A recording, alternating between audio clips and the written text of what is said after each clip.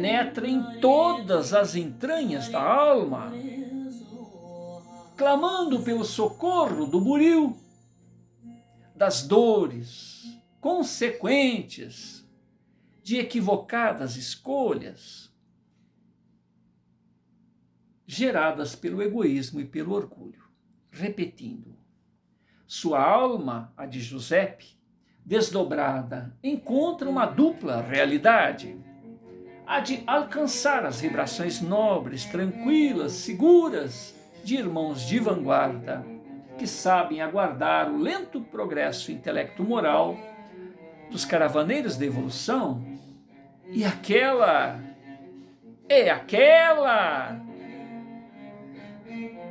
lama moral secular,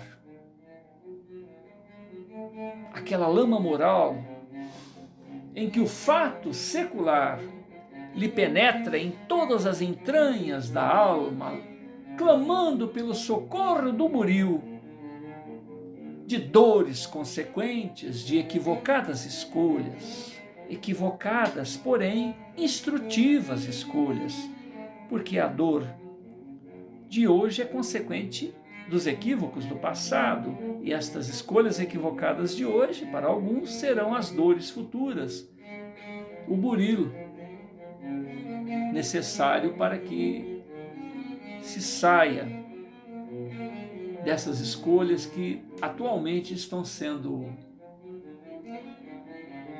geradas pelo egoísmo e pelo orgulho. A sensação de inutilidade e impotência diante dos ventos do imediatismo lhe rouba de Giuseppe o sorriso no rosto, empalidece o seu semblante e lhe tira o apetite. É como se ele, Giuseppe, recusasse absorver os tóxicos que advêm das arbitrariedades cometidas ao seu redor. Entretanto, ele, Giuseppe, rememora as suas próprias condutas equivocadas, que resultaram em seus desafios atuais. Ele, Giuseppe, se entrega ao coração do Altíssimo para que se lhe faça estar pronto o suficiente para contribuir no seu melhor junto àquele oceano de caudais avessas à soberania do amor. Repetindo, a sensação de inutilidade e impotência diante dos ventos do imediatismo lhe rouba o sorriso do rosto, empalidece o seu semblante, ele tira o apetite. É como se ele, Giuseppe, se recusasse a absorver os tóxicos que advêm das arbitrariedades cometidas ao seu redor. Entretanto, ele, Giuseppe, rememora as próprias condutas equivocadas que resultaram em seus desafios atuais. Ele, Giuseppe, se entrega ao coração do Altíssimo para que se lhe faça estar pronto o suficiente para contribuir no seu melhor, junto àquele oceano de caudais avessas à soberania do amor. Afinal, ele, Giuseppe, necessita estar pronto para socorrer aqueles que, junto à dor, despertem para as suas realidades imperecíveis. E que ele, Giuseppe, não deverá arrefecer diante do estupor daquelas horas. Ele, Giuseppe, cogita que, onde quer que se esteja neste percurso evolutivo, esta ou naquela condição, sempre se terá a paciência e a misericórdia divina. Afinal, o perdoar, o progresso e a imortalidade são dádivas irrecusáveis do autor da vida. Nesta condição, o perdoar e o se perdoar garantem o avançar seguro e resoluto rumo ao despertar da própria luz.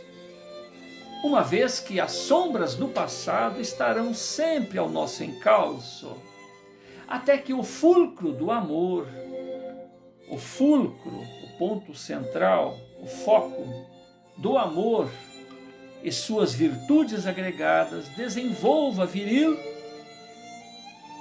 em nosso mundo íntimo, repetindo: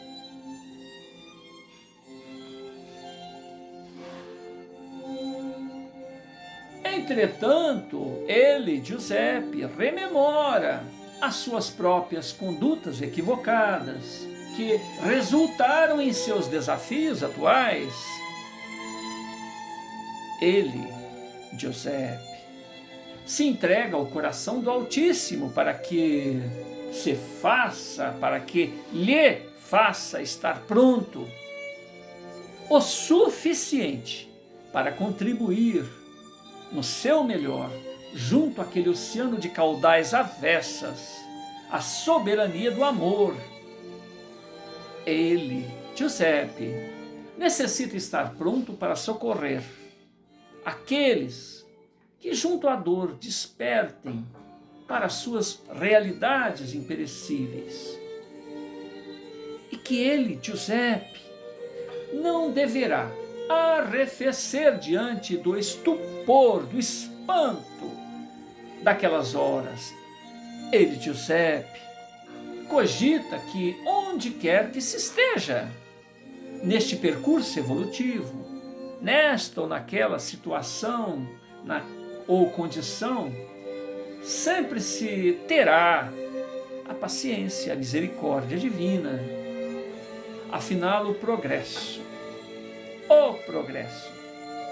e a imortalidade são dádivas irrecusáveis do autor da vida ao nosso direito. Nesta condição, o perdoar e o se perdoar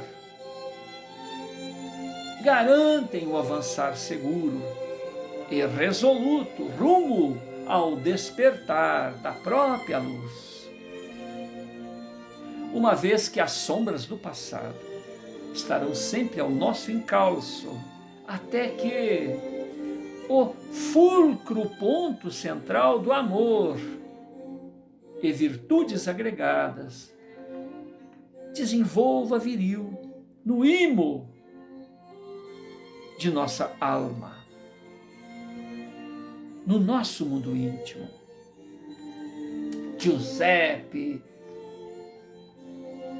que já tem o corpo frágil, cai em visível decadência, até aparentar morte prematura.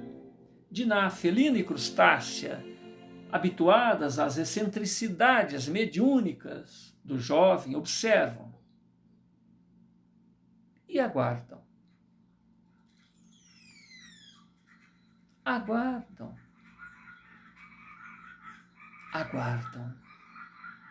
os acontecimentos. Até que da boca de Giuseppe surgem alguns murmúrios, balbucia alguma coisa, e Diná aproxima seus ouvidos dos lábios de Giuseppe, dos lábios de seu irmão, onde uma voz advena, inspiradora, tranquila, assegura: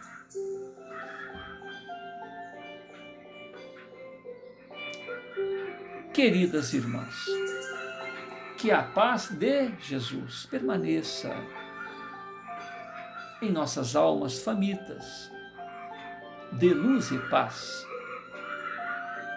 Não temais os acontecimentos e nem pela saúde de Giuseppe, que está apenas debilitado. Seu espírito é forte e logo seu corpo se restabelecerá. Procurem o Sarvin,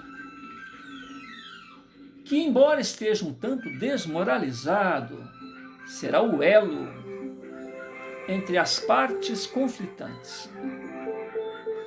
Ele, Sarvin, deve lembrar ao seu grupo de nobres, a elite dominante, que os revoltosos não são insubordinados gratuitos ou meros vândalos. A calma e o raciocínio podem resolver de maneira pacífica este embaraço, este impeço.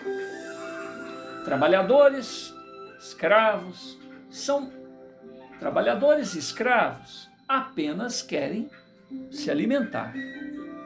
Eles não têm ambições maiores que a sobrevivência. Não querem o patrimônio de seus senhores. Eles são movidos pelo desespero. Desespero avocado pela fome dos filhos.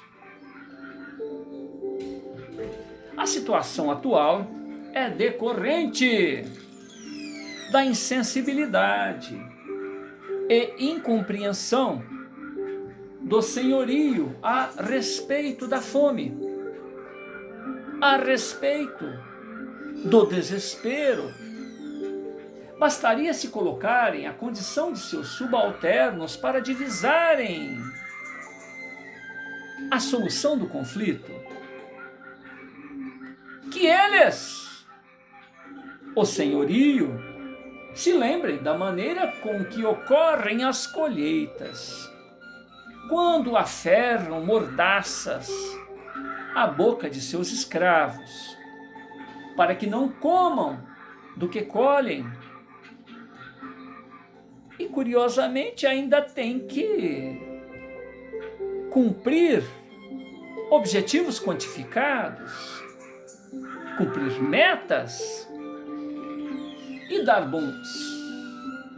bons resultados, sem que hajam energias físicas necessárias, sendo punidos pela redução nas colheitas.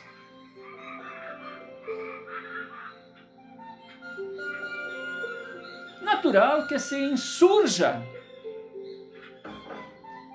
contra esta inconsequência, esta incoerência, este desmando. Após estas palavras, o ser espiritual faz algumas observações jurídicas quanto aos deveres do Senhor para com o seu escravo, os seus servos, seus funcionários. Dona Felina, latifundiária e responsável pelos negócios da família desde a morte de Manuel Mansol, se compromete a seguir aquelas sábias orientações e diz que vai se empenhar em difundi-las pela região. Quanto ao recado para seu primogênito, Sarvin, ela afirma que o vai repassar. Instantes após, Giuseppe recompõe a tez rósea, as feições que lhe são próprias, agitando-se como quem sai de profundo e reconfortante sono. Abre os olhos e percebe os olhares acolhedores de Diná, Crustácia e Dona Felina. A matrona cogita, a matrona, a mãe de Giuseppe, Felina, contrita e grata em olhar maternal, mas ainda em silêncio, toma o filho pela mão, o apoia nos braços e o coloca, o acomoda a uma espreguiçadeira e questiona finalmente a respeito de sua saúde. Ao que Giuseppe faz um gracejo, ainda bocejando, ele afirma: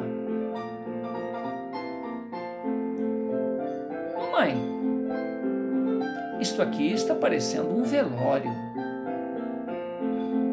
Giuseppe, ainda bem-humorado, solicita um copo d'água e questiona as fraternas a respeito de eventuais apreensões e as tenta dirimir.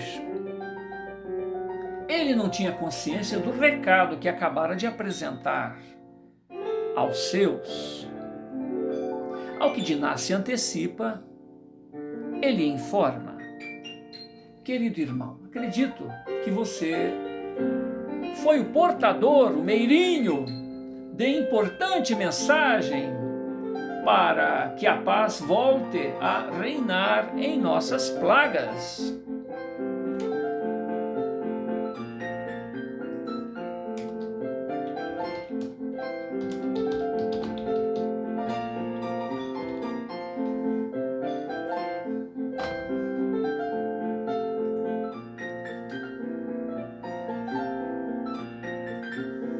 Ouvindo estas palavras, o semblante de Giuseppe se ilumina. Seus sinais vitais melhoram. Um fluxo energético percorre seu corpo, despertado pela gratidão e pela fé. Ciente das consequências desta mensagem a correr por conta da sabedoria e providência divina, ele, Giuseppe, interrompe Dinah e pede algum alimento. Depois ele, Giuseppe, tenta sair do comodismo, reconhecendo que foi convocado a ofertar o melhor de si junto àquela coletividade.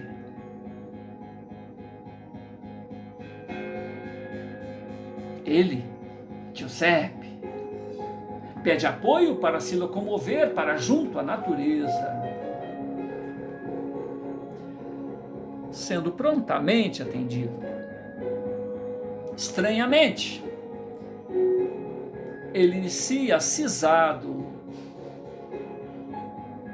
e afetivo diálogo com as plantas, com os pássaros, com pequenos animais, dizendo em voz alta: "Vocês devem permanecer vigilantes a partir desta data.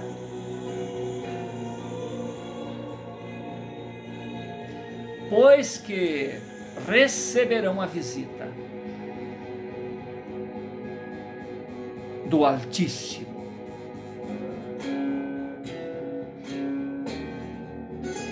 E aqueles que estiverem dormindo não terão a oportunidade de ouvir a importante mensagem dos lábios divinos. Caminhando com dificuldade entre os diversos seres da natureza, ele, Giuseppe, mantém circunspecto e objetivo diálogo, ora com um, ora com outro ser da natureza. Página 53 da obra Perseverança. Autor espiritual Shirley, psicografia de Edson Flauzino Sene, revisão Sene Júnior. Agregados, trabalhadores diversos que por ali estavam, observam o senhorzinho com as suas esquisitices, e embora não o ironizasse, lamentavam que alguém que nasceu em família tão privilegiada tivesse tão pouco juízo na cabeça. Entretanto, a sua genitora, Dona Felina, e a irmã caçula Diná apreciam aquelas atitudes inocentes e descomplicadas, quais as suas próprias infâncias, onde criavam o mundo ideal, cheio de fantasias. Entretanto, elas reconheciam que o fato em questão, aquela atitude de Giuseppe, a situação é outra, o fato é outro. Ali havia um mistério que não tinha a acuidade investigativa necessária para desvendar. Só lhes restando apreciar e se comover. Acima de tudo, estavam gratas por saber que Giuseppe estava recuperado e conectado com seu habitat. Giuseppe busca se aproximar do primogênito e este, Sarvin, tenta se esquivar do encontro. Entretanto, Giuseppe o detém em um sincero abraço. Sarvin se esforça por desvencilhar ou por se desvencilhar daquele gesto fraterno. Entretanto, uma força estranha o obriga a Sarvin a se render a isto, o que desperta sua curiosidade e impele a sua interação com o Giuseppe. Giuseppe ilumina seu rosto em largo sorriso e improvisa um diálogo. Estimado irmão, como é bom ter a sua presença em nossa casa e saber que a sua audácia, sua força nos protegem. Confesso que muito admiro a sua nobreza de caráter, embora tenhamos diferentes pontos de vista, Sarvin. Giuseppe tenta mais algumas palavras, entretanto a interação é difícil. Para Sarvin, que já o evita desde longa data. A improvisada gentileza de Giuseppe comove o primogênito, todavia Sarvin teima em se afastar do que é respeitado por Giuseppe, que contabiliza as dificuldades superadas e percebe que Sarvin está próximo de ser conquistado. Então ele, Giuseppe, se ajoelha e agradece a Deus pela infinita clemência que permite a cada um se reconciliar com os próprios equívocos. Mais difícil é o diálogo entre os interesses da elite e de seus escravos, considerados meros animais, de produção animália, domada e sem alma, adquiridos através de vil comércio lucrativo, onde a vida útil do escravo é de 10 anos, 5 dos quais traziam um retorno financeiro de investimento aplicado. Bestas utilizadas em serviços domésticos, urbanos, lavoura, mineração.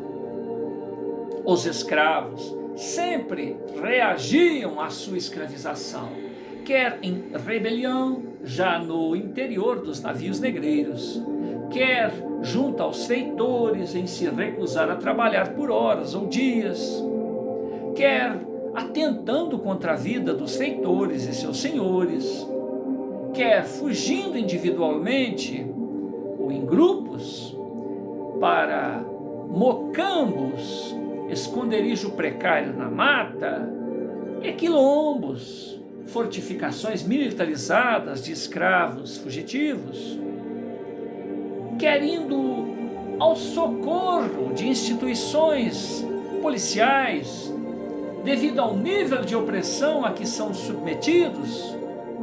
Alguns impetram disputas judiciais para intermediar a venda de seus parentes. Outros tentam se camuflar na população negra da cidade, se passando por alforriado. Escravas abortam, poupando a vida de uma vida de desgraça para seus filhos. E muitos cativos suicidam. Os ânimos continuam acirrados. Os ânimos continuam acirrados. Sarvin já não faz parte destas empreitadas de retaliação aos rebeldes. Pelo contrário, ele começa a ceder à abordagem de Giuseppe. Uma acanhada transformação é percebida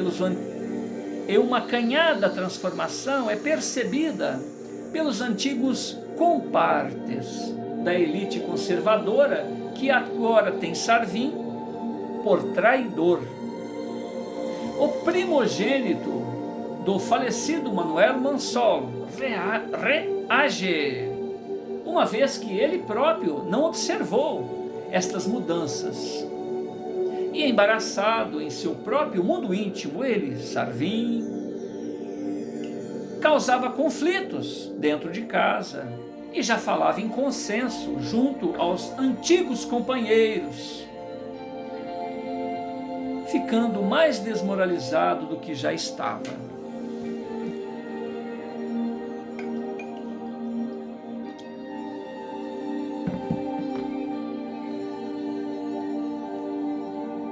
Estamos lendo a obra Perseverança, romance de Shirley, autor espiritual, psicografia de Edson Flauzino Sene, revisão Sene Júnior. Estamos à folha 54.